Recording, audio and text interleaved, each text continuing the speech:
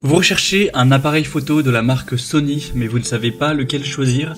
Eh bien vous êtes tombé sur la bonne vidéo car c'est ce qu'on va voir aujourd'hui dans ce top 3 comparatif des meilleurs appareils photo Sony qu'on peut retrouver sur le marché en 2023. Donc je vais vous en présenter plusieurs avec une gamme de prix différente, par ordre de prix décroissant. Ils font partie des mieux notés, mais espérons que ça facilitera votre choix. Et bien sûr, je vous mettrai en description de la vidéo tous les liens vers chacun des appareils photo Sony présentés. On va commencer avec le Sony Alpha 7 IV qui sera un appareil photo assez haut de gamme adapté aux professionnels. On aura 4,6 étoiles sur 5 en moyenne sur plus de 600 évaluations clients.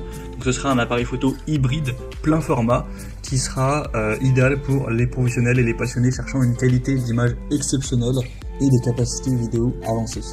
On aura une très haute définition de 33 mégapixels, on aura des très bonnes performances même avec une faible luminosité, un enregistrement vidéo en 4K 60 images par seconde professionnel, autofocus en temps réel haut de gamme pour photos et vidéos avec un menu très simplifié, des capacités de partage très rapides.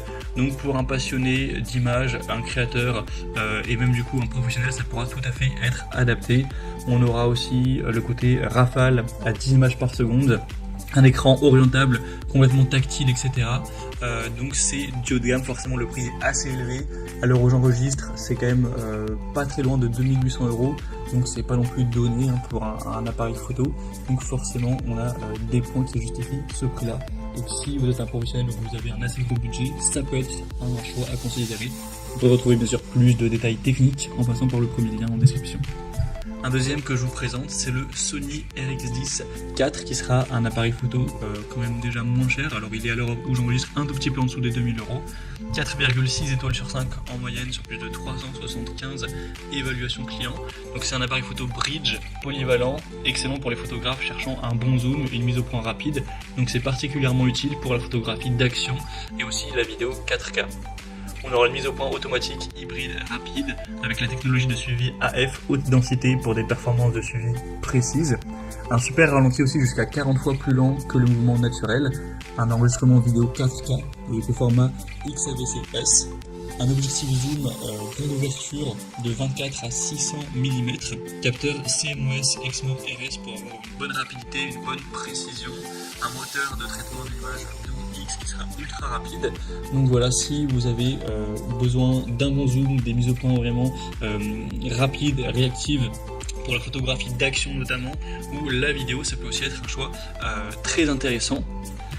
Et on va terminer avec un modèle plus axé pour un débutant, c'est le Sony Alpha 7 II, donc un appareil photo toujours bien noté, 4,4 étoiles sur 5 sur plus de 1400 évaluations clients, un prix cette fois-ci à l'heure où j'enregistre en dessous de 800 €, donc c'est déjà plus abordable.